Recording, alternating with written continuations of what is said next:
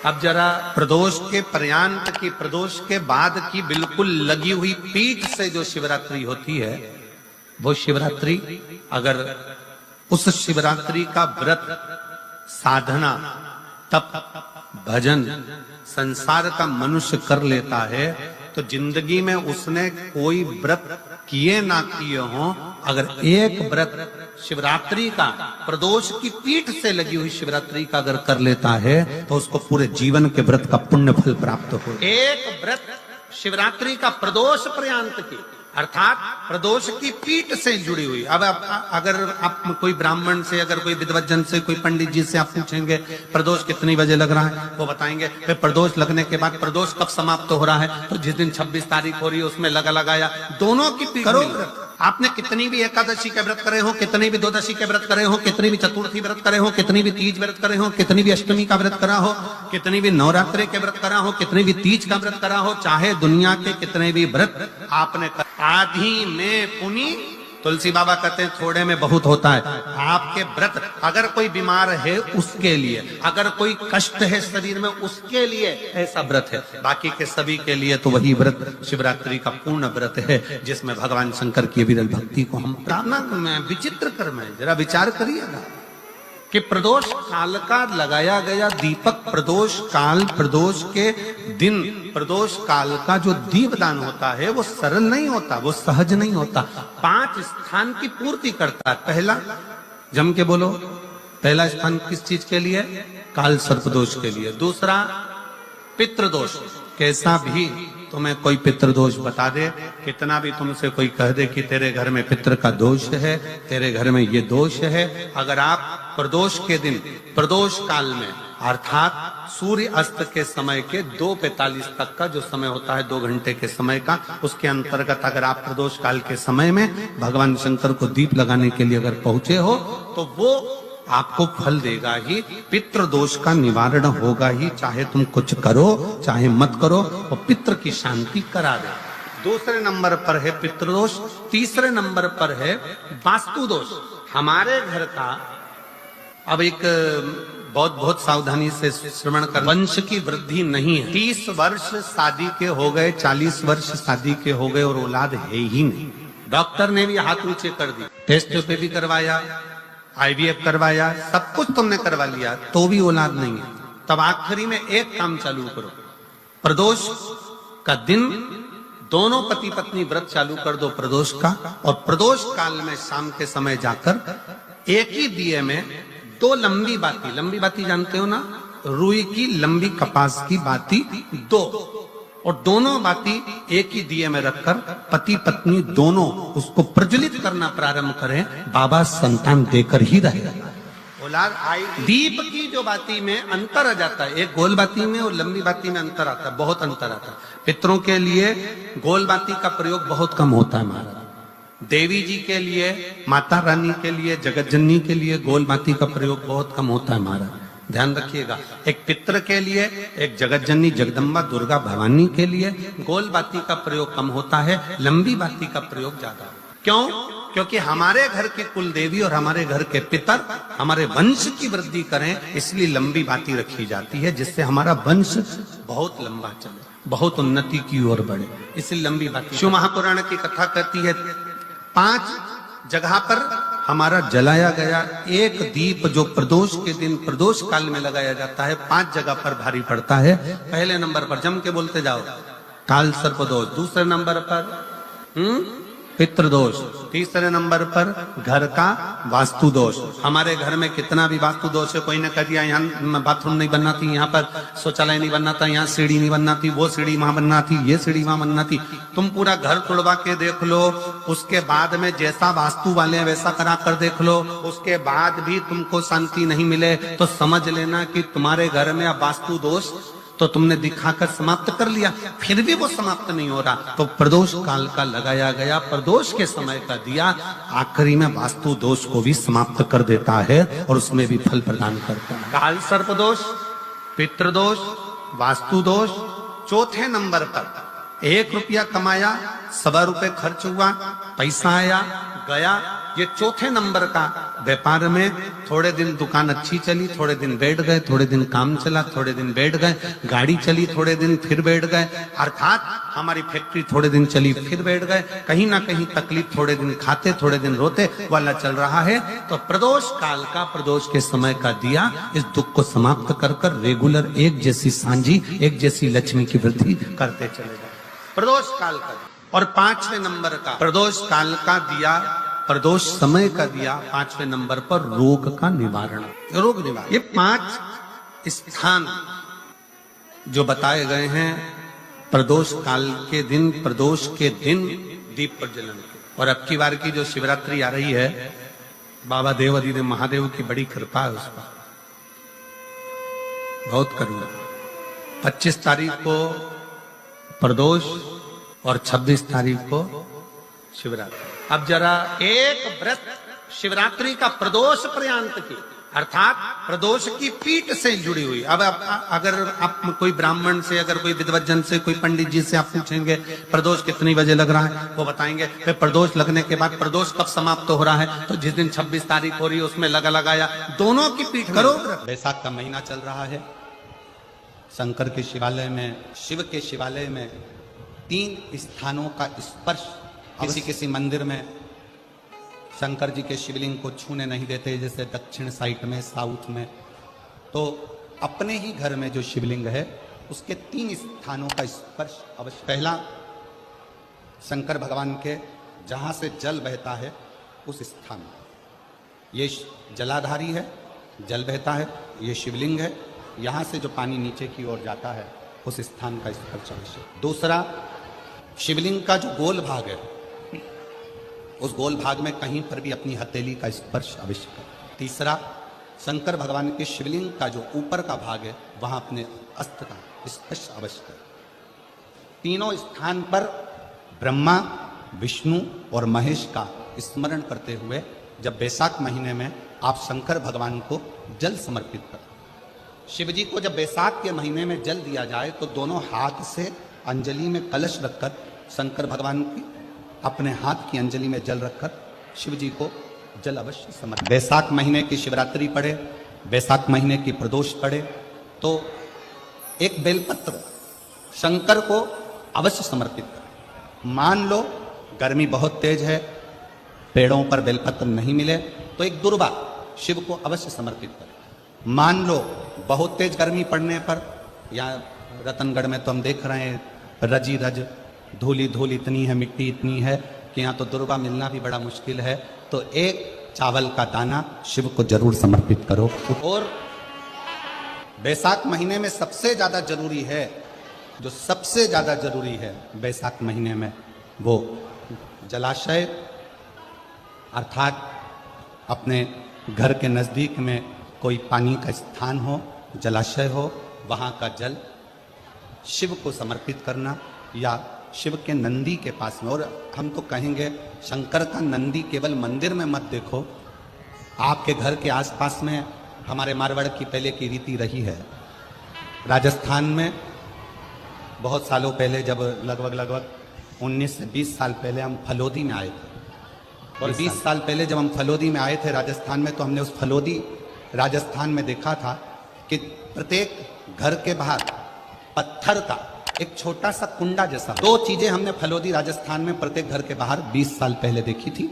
एक इतना बड़ा कुंडा पत्थर का जिसमें लोग भोजन रख देते हैं, और एक बड़ा सारा कुंडा जिसमें लोग पानी भर देते हैं, जिससे चिड़िया, पशु, पक्षी, गौ माता सब उस पानी को पीती रहे और आपका और हमारा कल्याण होता रहे। इस प्रयास करो, शिव जी को तो जल समर्पित करो, साथ में कोई जीव का भी अगर कल्याण हो जाए आपके एक लोटा जल से, तो उसको भी। शंकर भगवान ओघड़दानी शिव, जिनका चढ़ा हुआ जल केवल मात्र स्पर्श, आचमन, दर्शन, आपका और हमारा कल्याण। अपने दुख को, अपनी तकलीफ को, अपने कष्ट को किसी दूसरे के दरवाजे पर जाकर कभी मत करो। कभी अपने दुख को, अपनी तकलीफ को शिव जी के मंदिर में जब एक लोटा जल चढ़ाने के लिए जाओ, जब शिवालय में एक लोटा जल लेकर जाओ, जल चढ़ाते समय पंचाक्षर षडाक्षर मंत्र का जाप, श्री शिवाय नमस्तुभ्यम का जाप करो। और जब शिवलिंग जलाधारी ये चरण जहां से पानी बहकर नीचे गिरता है, वहां अपने हाथ को लगाकर अपने दुख को, अपनी तकलीफ को शंकर के उस अशोक सुंदरी गणेश कार्तिकेय के स्थान का स्पर्श करते हुए बाबा से जरूर कहो कि जैसे ये तुम्हारी बेटी है उसी तरह मैं तुम्हारी बेटी हूँ, जैसे तुम्हारे ये बेटे हैं वैसे मैं तुम्हारा बेटा हूँ। इनके दुख को आपने मिटाया था, मुझे भी अपनी बेटी मानकर मेरे दुख को मिटा दीजिए। मेरे दुखी से मत कहो पर शिव से कहो, शंकर से। जब आप चरण पकड़कर अशोक सुंदरी की जगह पर अपने हाथ का स्पर्श कर कर गणेश कार्तिकेय के स्थान का स्पर्श कर कर शिव से कहोगे तो शंकर अपनी औलाद आपको बनाएंगे और अपनी पुत्री समझकर आपका दुख जरूर मिटे। से श्री शिवाय नमस्तुभ्यम ज्यादा नहीं तो 11 बार तो निकाल लिया करो। ये शरीर, ये हृदय, ये चित्त, ये वृत्ति परमात्मा के चरणों में। दुख है ना, शिव से। पुरुष में और स्त्री में एक बहुत बड़ा अंतर, पुरुष में और स्त्री में एक बहुत बड़ा अंतर है। पुरुष एक कान से सुनता है, दूसरे कान से निकाल देता है। स्त्री दोनों कान से सुनती है, जुबान से निकाल। पुरुष में और स्त्री में सबसे बड़ा अंतर यही है कि पुरुष यहां से सुनेगा, यहां से निकाल देगा, और स्त्री दोनों कानों से सुनकर मुख से निकाल देती है। शिव पुराण की कथा कहती है अगर स्त्री को मुख से निकालना भी है सुनने के बाद तो अपने पिता देवादिदेव महादेव के सामने जाकर निकाले तो बात शिव के पास। सबका किया है मेरा, आपने सबका कल्याण किया तो मैं कैसे रह गया। मेरा उघड़दानी मेरा शंकर भगवान उसी को बुलाता है जिसकी झोली उसको खुशियों से भरना हो। मालूम पड़े पूरा रतनगढ़ का लोग कथा सुनने के लिए आ जाए तो शंकर भगवान को 3 महीने में देना है, ये शिव पुराण का प्रमाण है। अब बुलाएगा उसी को जिसको देना हो, जिसको देना ही नहीं है वो मन बनाकर रख भी लेगा कि मुझे कथा सुनने जाना है, कथा सुनने जाना है, पर मेरा भोले बाबा उसको यहां तक पहुंचने ही नहीं देगा। पहुंचने कल कथा में अपन ने श्रवण किया था कि संकल्प आपका होता है और पूरा करने वाला देवादिदेव महा कोई दूसरा नहीं पूरा करेगा। भाई श्री हनुमान प्रसाद जी पोद्धर जी ने अपनी वाणी में कल्याण के शिव अंक में, अगर बन सके तो आप पढ़िएगा, कल्याण के शिव अंक में भाई श्री ने एक लाइन लिखी है। भाई श्री ने अपनी वाणी में लिखा कि भगवान को पाने के लिए अगर तुम अपने दिल से एक बार अगर मुख से कह दोगे कि हे प्रभु मैं तुम्हारा हूं और तुम मेरे हो, बस ये बात अगर दिल से कह दी तो परमात्मा भी तुम्हारा हो जाता है। जरूरी नहीं कि उपास करोगे तो भूखे रहना पड़ेगा। व्रती का मतलब क्या होता है? व्रती का मतलब क्या है? एक सिंहपुर प्रदेश में एक व्रती ब्राह्मण रहता था। व्रती ब्राह्मण का मतलब यह है कि वो कुछ खाए पीने से या उपास रखने से, साबूदाना खाने से, मोरधन खाने से, चिप्स खाने से, वेपर्स खाने से, पपीता खाने से, सेवफल या केला खाने से व्रत नहीं होता। व्रत का मतलब है कि तुमने एक नियम बना लिया कि मैं रोज अपने घर से 1 लोटा जल लेकर शंकर के मंदिर जाऊंगी, या आपने कोई नियम बना लिया कि मैं 15 मिनट शंकर का भजन करूंगी, या नियम बना लिया राम नाम, कृष्ण नाम, शिव नाम जपूंगी, ये तुम्हारा व्रत हो गया, तुम व्रती हो गए।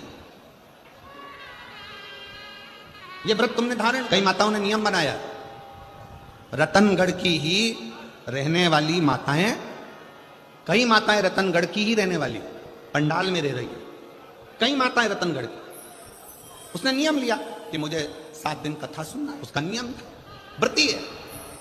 व्रत करने का मतलब यह नहीं है कि तुमने उपास करा, कुछ खाया पीना छोड़ दिया, कुछ खाना पीना छोड़ दिया तो भगवान तुमसे प्रसन्न हो जाएगा। शिव महापुराण की कथा कहती है, शंकर भगवान की कथा कहती है, यहाँ शिव पुराण कहती है कि आपका एक व्रत, कुछ भी अपनी जिंदगी में एक संकल्प, एक नियम ले लो, शिव पूरा कर देगा, व्रती हो गए। एक ब्राह्मण रहता था, बड़ा व्रती था, और वो महाव्रती ब्राह्मण तत्व किसको कह, शंकर की भक्ति किसको कहते, शिव पे चढ़ा हुआ जल धारण नहीं होता, शंकर पर चढ़ी हुई बेलपत्र साधारण। पूज्य संत शिरोमणि श्री कौशिक जी महाराज जी बैठे हैं, जिन्होंने अपनी वाणी में बेलपत्र की महत्वता, शमी पत्र की महत्वता, शमी के वृक्ष की महत्वता, साथ में श्री शिवाय नमस्तुभ्यम की महत्वता अपनी वाणी में निरंतर। शिव जल साधारण नहीं है, शंकर की भक्ति साधारण नहीं है, शिव स्मरण साधारण। कितना फल है जल का। पार्वती जी को मालूम था शंकर जी को इतनी जल्दी प्रसन्न नहीं कर सकते, तो पार्वती जी ने एक नियम बनाया, पार्थिव शिवलिंग का निर्माण करना और शिव जी पे जल चढ़ा। एक लोटा जल सारी समस्या का हल। एक पार्थिव लिंग का निर्माण कर कर कितना कितना अर्चन माता पार्वती जी के जीवन में, कितना कितना अर्चन। माता पार्वती मैया जब जब जल भरने के लिए जलाशय में जाती हैं और शिव जी को जल चढ़ाने के लिए लेकर आती हैं, तो बीच में मगर उनको कहीं पार्वती मैया जब भगवान शंकर को रिझाने के लिए आतुर होती हैं, तो फिर कोई ना कोई क्रम होकर उनकी अर्चना जो हो रही है, भजन जो हो रहा है, स्मरण जो हो रहा है, उसमें महापुराण की कथा कहती है कि जब भी आप कोई तप करेंगे, साधना करेंगे, भजन करेंगे, कीर्तन करेंगे, मंत्र जाप करेंगे, नाम जाप करेंगे, स्मरण करेंगे, तो थोड़ी ना थोड़ी अर्चन बीच में आती, और उसमें घबराना नहीं है। उस अर्चन में अपन को घबराने का काम नहीं। एक बड़ा सुंदर व्याख्यान वर्णन है। मान लो किसी काम के लिए आप बहुत दिनों से लगे हुए हो और वो कार्य पूर्ण नहीं हो रहा, बहुत दिनों से लगे हो, मेरा ये कार्य होना चाहिए, मेरा ये कार्य होना चाहिए, मेरा ये कार्य होना चाहिए, और नहीं हो रहा। तो शिव महापुराण का एक बड़ा सुंदर सा भाव वर्णन किया कि बेलपत्र का जो नीचे का जो भाग होता है, बेलपत्र के जो नीचे का जो भाग, इस नीचे के भाग में थोड़ा सा गाय का घृत, देसी गाय का थोड़ा सा घी, घृत इस नीचे के भाग में लगा लें। ये उनके लिए भी है जो बहुत दिनों से कोई कार्य करना चाह रहे हैं पर हो नहीं रहा, बहुत दिनों से लगे हुए हैं, आज होगा, कल होगा, परसों होगा, कोई फाइल अदालत में अटकी हुई है, कोई प्रशासनिक कार्य अटका हुआ है, कोई कार्य अटक रहा है, उसके लिए बहुत नीचे की जो डंडी है उसमें घृत लगा लो, घी गाय का, और इस दो पत्ती और बीच की पत्ती के बीच का जो डंडी का भाग है, बीच की जो डंडी का भाग है, इसमें लाल चंदन लगा लीजिए, बीच के भाग में लाल चंदन। और किसी भी प्रदोष के दिन प्रातः से लेकर शाम तक के बीच में, प्रदोष काल के मध्य तक के बीच में कभी भी इस बेलपत्र को, शंकर भगवान को, ये जो डंडी का मुख है, ये डंडी का मुख जलाधारी की ओर हो। श्री शिव चालीसा। जय गणेश गिरिजा शुभन मंगल मूल सुजान, कहति अयोध्या दासी तुम देहु अभय बलिदान। जय गिरिजापति दीन दयाला, सदा करति संतन प्रतिपाला।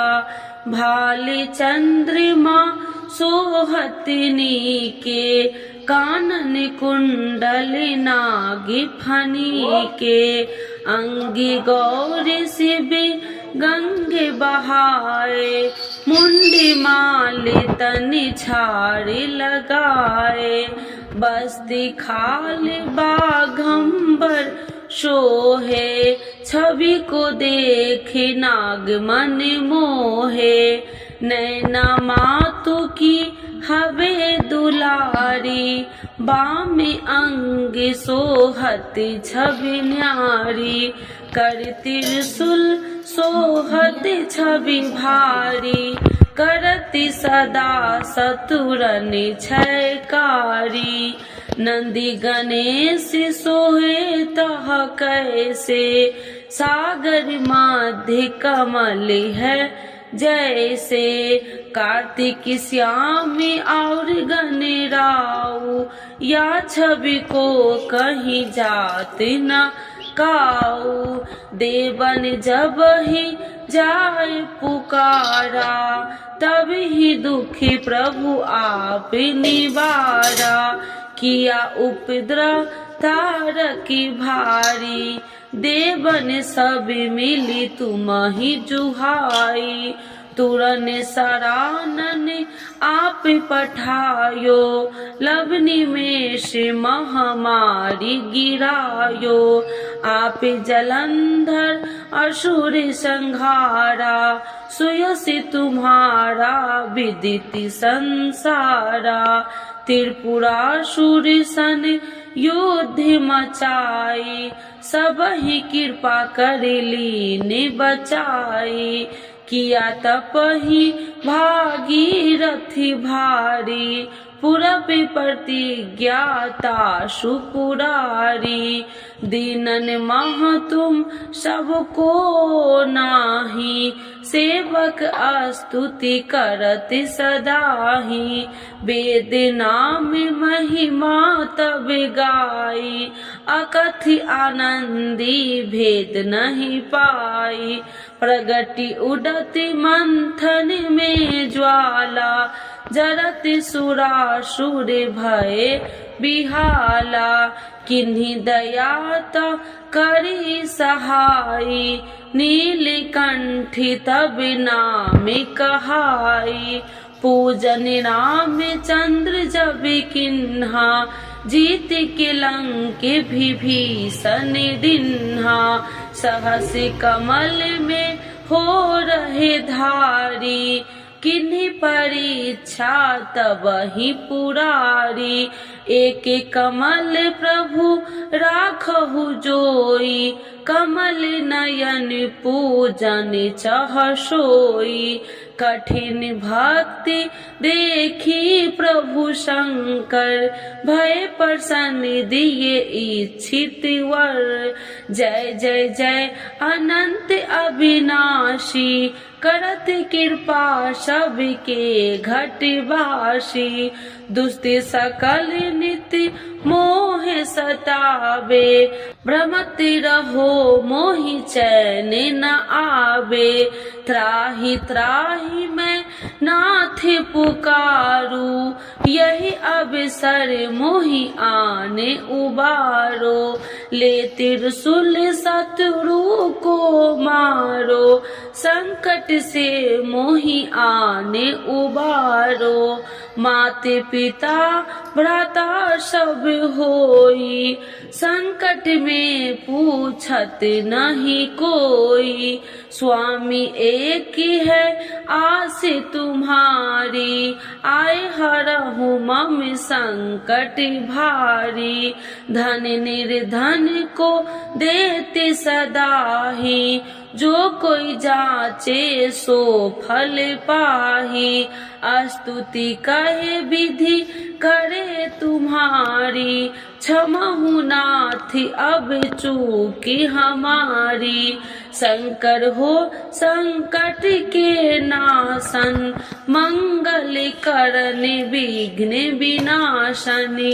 योगी अति मुनि ध्यान लगावे, सारद नारद शीस नवावे। नमो नमो जय नमः शिवाय, सुर ब्रह्मादिक पार न पाए। जो यह पाठ करे मन लाई, तापर होती है शंभु सहाई। ऋनिया जो कोई हो अधिकारी, पाठ करे सो पावनिहारी। पुत्रहीन कर इच्छा जोई, निश्चय शिव प्रसाद ते ही होई। पंडित तिरोदशी को लावे, ध्यान पूर्वक होम करावे। तिरोदशी व्रत करे हमेशा, ताकि तन नहीं रहे कलेसा।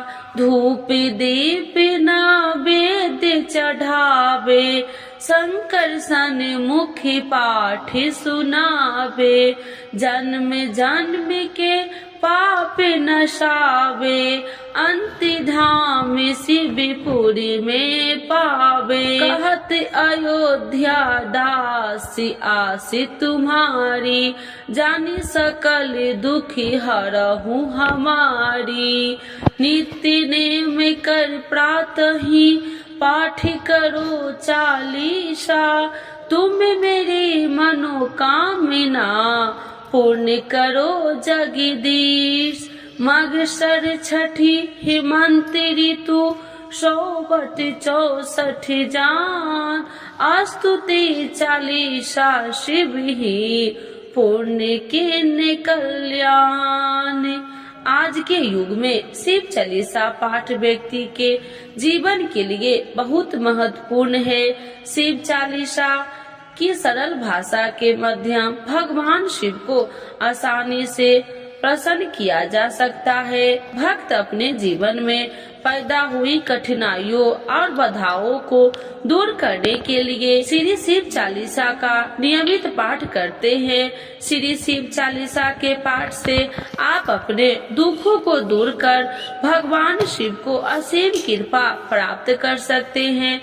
शिव चालीसा का पाठ हमेशा सुबह जल्दी उठकर स्नान करने के बाद करना चाहिए। भक्त प्रायः सोमवार, शिवरात्रि, प्रदोष व्रत, त्रयोदशी व्रत एवं श्रावण के पवित्र महीने के दौरान शिव चालीसा का पाठ किया जाता है। तो एक बार बोलिए प्रेम से शिव जी की जय, माता पार्वती की जय।